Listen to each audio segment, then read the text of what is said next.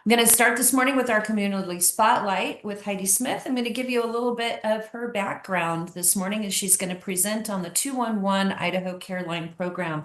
Heidi Smith is a human program specialist for the 211 program within the Idaho Department of Health and Welfare. She has worked closely with the 211 program, navigation, and kinship teams for the past 9 years. Her roles have afforded her the opportunity to collaborate and partner with many statewide and local entities to meet the resource needs of Idahoans. The goal of her statewide work is to assist Idahoans in easily accessing resources and information via 211 calls, texts, and through the online database. Additionally, supporting and serving Idaho's kinship families is of utmost importance. Her goal is to advance Idaho's kinship programming and support to serve Idaho's kinship families in best practice. Heidi's work has afforded her a genuine perspective of the challenges and spirit of Idaho's families and directed her in the support partnerships and resources important for their success.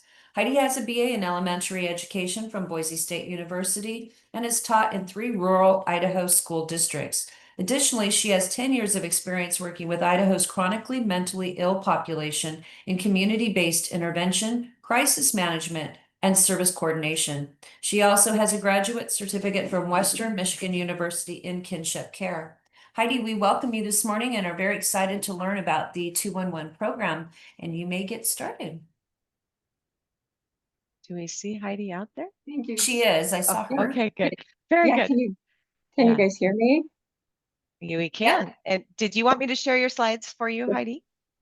Yes, please. That would be great. Very good. And then I'll do the demo in just a second. So I'm going to go really fast. So you've got time. You're good. You have time. Okay, perfect. Okay, so sorry, I'm getting my notes up here too. They were all ready. Of course, it wouldn't be a presentation without some technical difficulties on my end. But anyway, so go next slide. Thank you so much for having me. I really appreciate it. I love to share about 211 and our kinship program as well.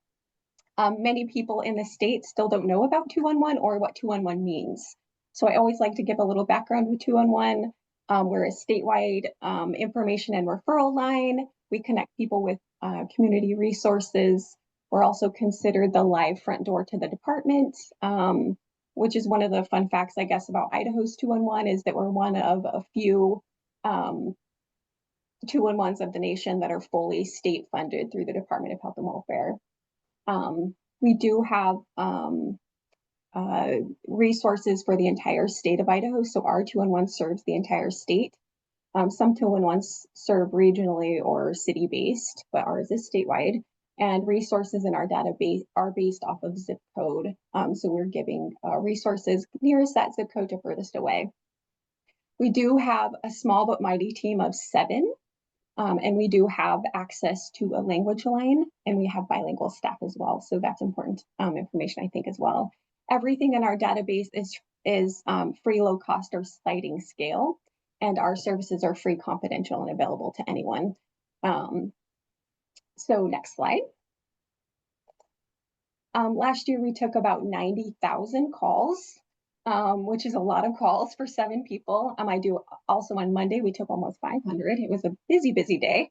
And a lot of our calls are around, department resources as well as rental assistance, utility assistance, Medicaid, SNAP, programs like that.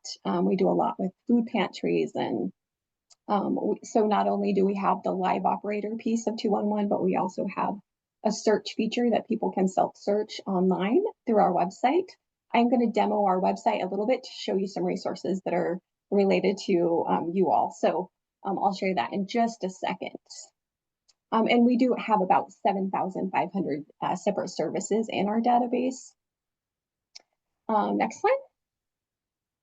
So we do have three pages that I did want to highlight today. So we actually just launched an older adults page within our health and welfare services pages, and I'll show you where to find that as well.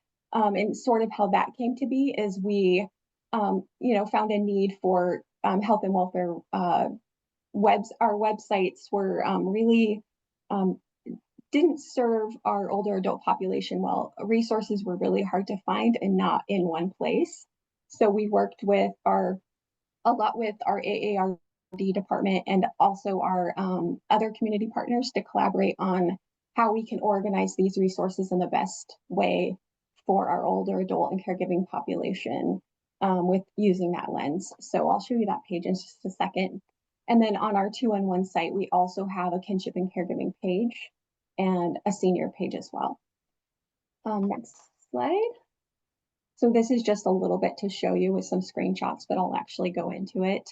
So this is as you can kind of see before, tons of different resource topic areas, but we didn't have anything. We had assisted living up with children and families, so it was very confusing in how to find resources. Also with some of the prevention side and like, brain health stuff was all on our health and wellness pages instead. So now we kind of have them all in one spot, so they're easy to navigate. Next slide. And this is sort of just a screenshot of how those topics are broken down. We were very intentional in how we categorized these and how we might how families might utilize these in the best way. So you can kind of see, healthy aging and prevention. We have, topics under that, financial resources, that kind of thing. And then, of course, you can also get to our 211 resources for seniors and then also our caregiving page as well from this page. Next slide. So a little bit more about 211 is that we do a lot of events, initiatives, campaigns, things like that within the community. We always want to know resources in our community, and we also want to get the word out about resources in our community and how you can access those resources. So we do a lot of community collaboration through, meetings and conferences and partnerships and presentations and event things like that as well. And then we also have some programs that we do campaigns for. Our current campaigns are our summer food feed programs, and also our kinship day programs are what we're currently working on. But we do a lot in other realms throughout the year. We do a lot of data sharing also within the community and with community partners.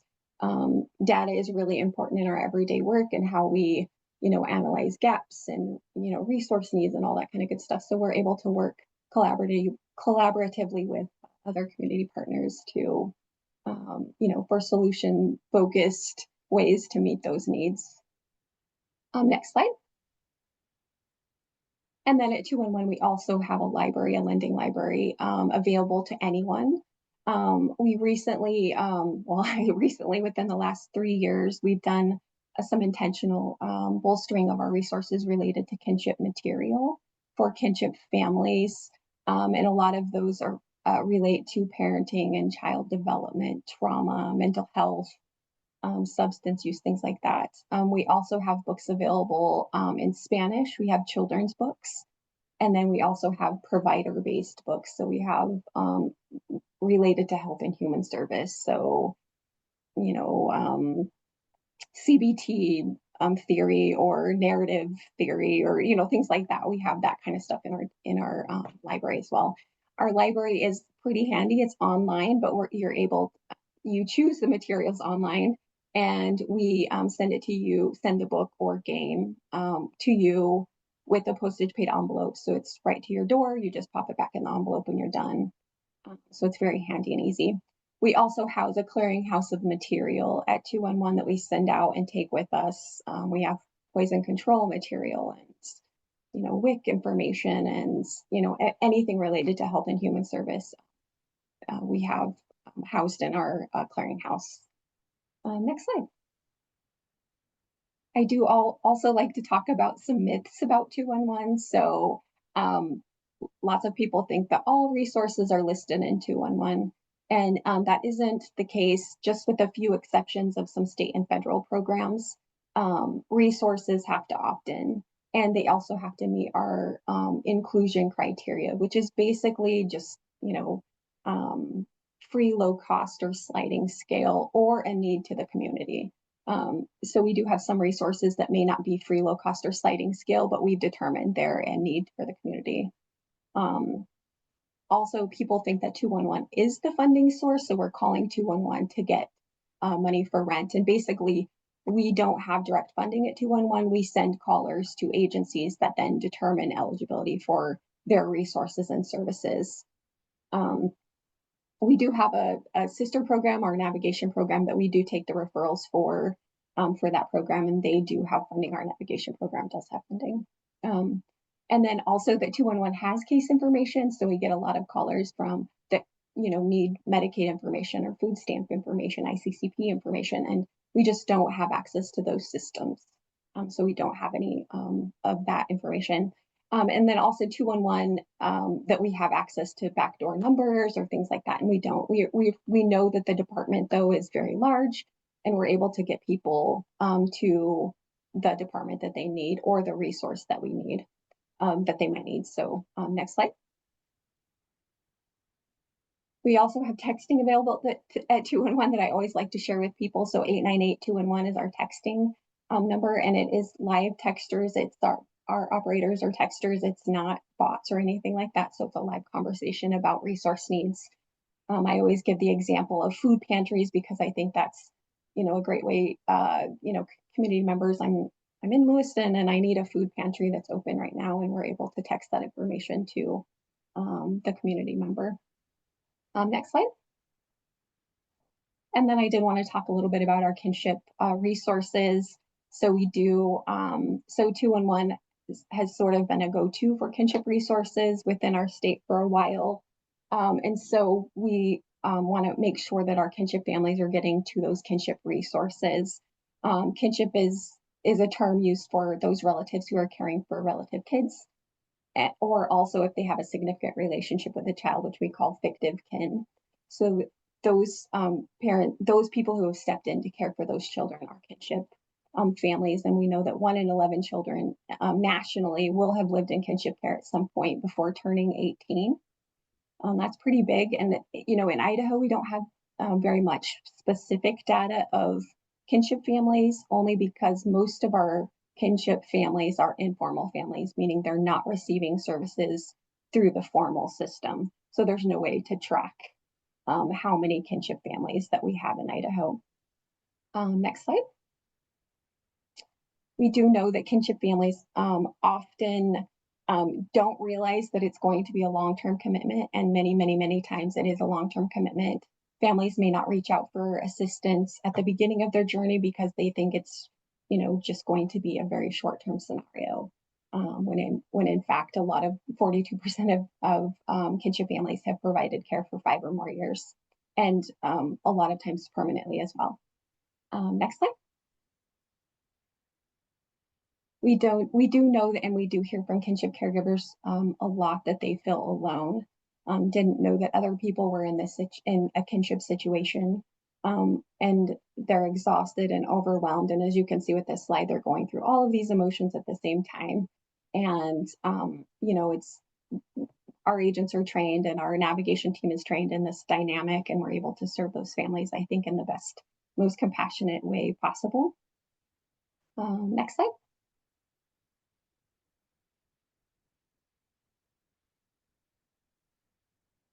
We do several ways that we support kinship through the Department of Health and Welfare. Is we have an art and expression series every year. I believe we're on our 13th or 14th year this year. And this is a art series where families, kiddos can enter and share whatever part of their kinship journey that they want to, in whatever way they want to express it. So we've had lots of different poems and art and quilts and that kind of thing that people enter, and it's a great way to just share their journey, and also the other families can read that and understand, oh, kinship, you're a kinship family, and get to have that camaraderie and that compassion.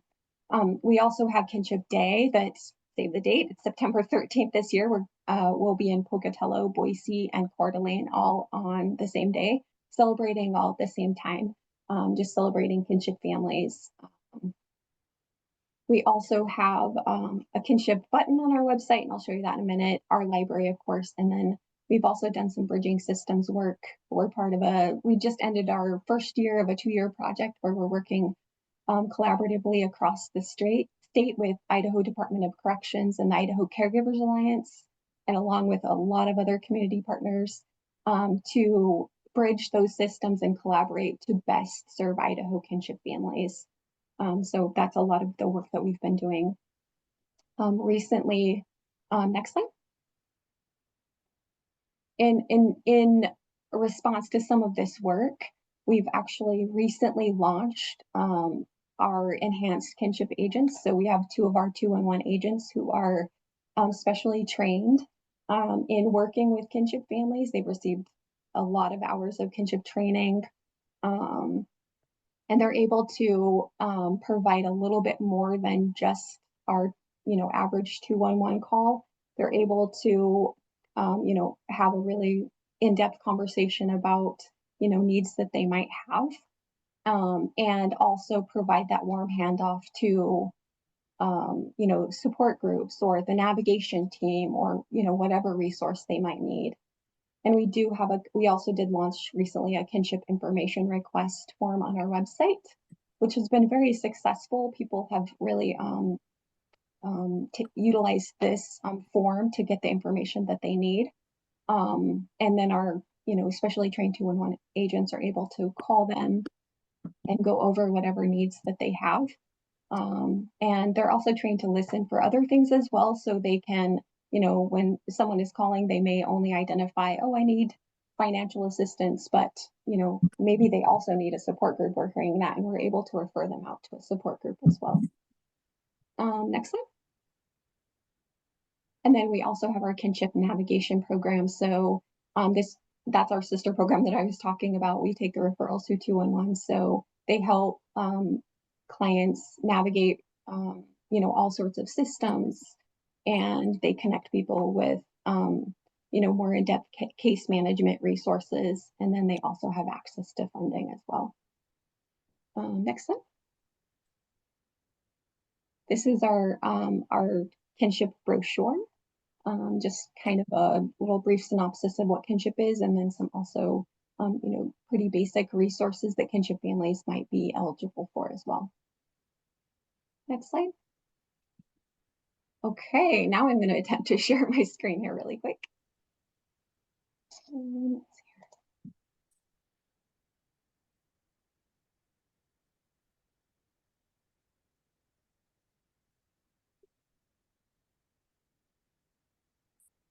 Okay.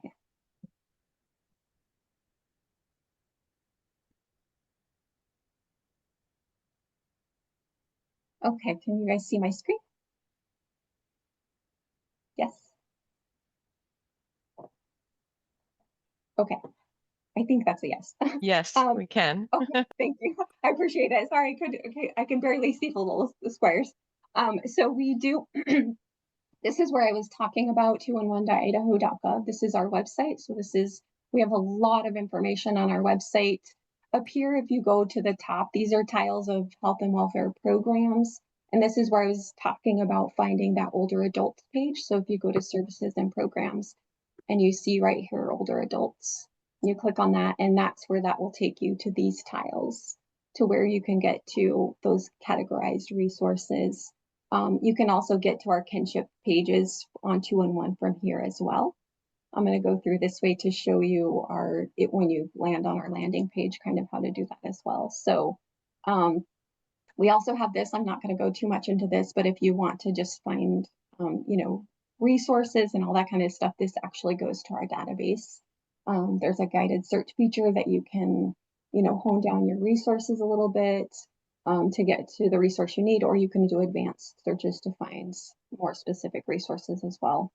But here's our kinship and caregiving page. And then we also have our senior resources under our specific population page right here. I was going to go into our kinship and caregiving and show you just a little bit of where our forms are. These are, assistance programs, and, they give a plethora of information. But this is our kinship information and support request. This is what People are filling out so our 211 enhanced agents can return their call and go over their situation with them. So I wanted to call that out just a little bit. And then our specific populations page. So we have our senior page. So if you click on this, it goes to a plethora of information as well. So lots and lots of resources here as well.